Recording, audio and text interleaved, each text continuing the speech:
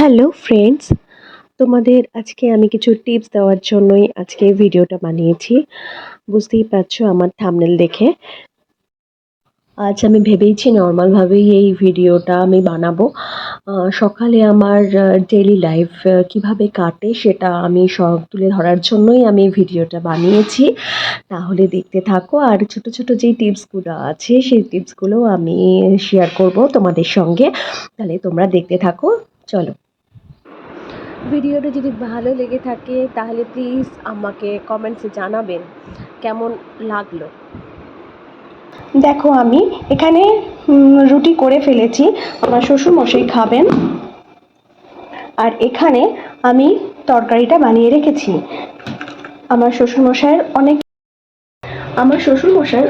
অনেক বয়স, অ্যাবাভ 82। বুঝতেই পারছো,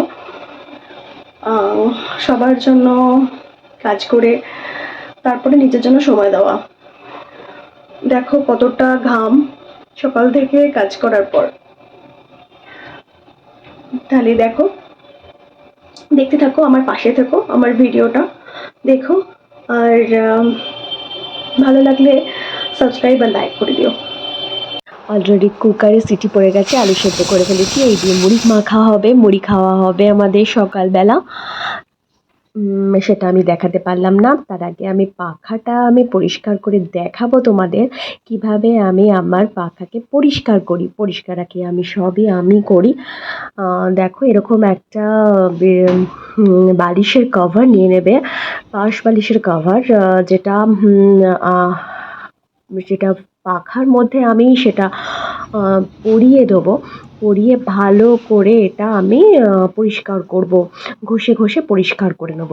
দেখো আমি কিভাবে করছি সেইভাবে করবে, তাহলে নিট অ্যান্ড ক্লিন একদম তোমার পাখা পরিষ্কার হয়ে যাবে। বিনা পাখা ওখান থেকে খোলাতে পাখা ওখানেই থাকবে, কিন্তু তোমার পাখা নিট অ্যান্ড ক্লিন হয়ে যাবে। দেখতে থাকো তাহলে। এইভাবেই প্রত্যেকটা ব্লেডের মধ্যে পারসপালির কাভারটা পরিয়ে তারপরে পরিষ্কার করে নেবে, তাহলে পুরো পাখাটা দেখবে চকচক করছে। ঠিক আছে,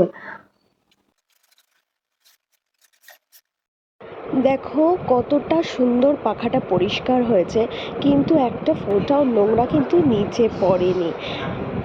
এইভাবে পাখাটা পরিষ্কার করছে। সেকেন্ড পাখাটাও আমি এরমভাবেই পরিষ্কার করব। দেখো কতটা নোংরা পাখাটার মধ্যে হয়েছে সেটা দেখো খালি। আর এই পরিষ্কার করার পর কিন্তু একটুও নোংরা নিচে পড়বে না, কিন্তু পাখাটা সুন্দরভাবে পরিষ্কার হয়ে যাবে। সেটাই দেখতে থাকো। এইভাবে পরিষ্কার কার কার করতে ইচ্ছে করছে আর কে কে করলে সেটা অবশ্যই কিন্তু কমেন্টস করে জানাবে।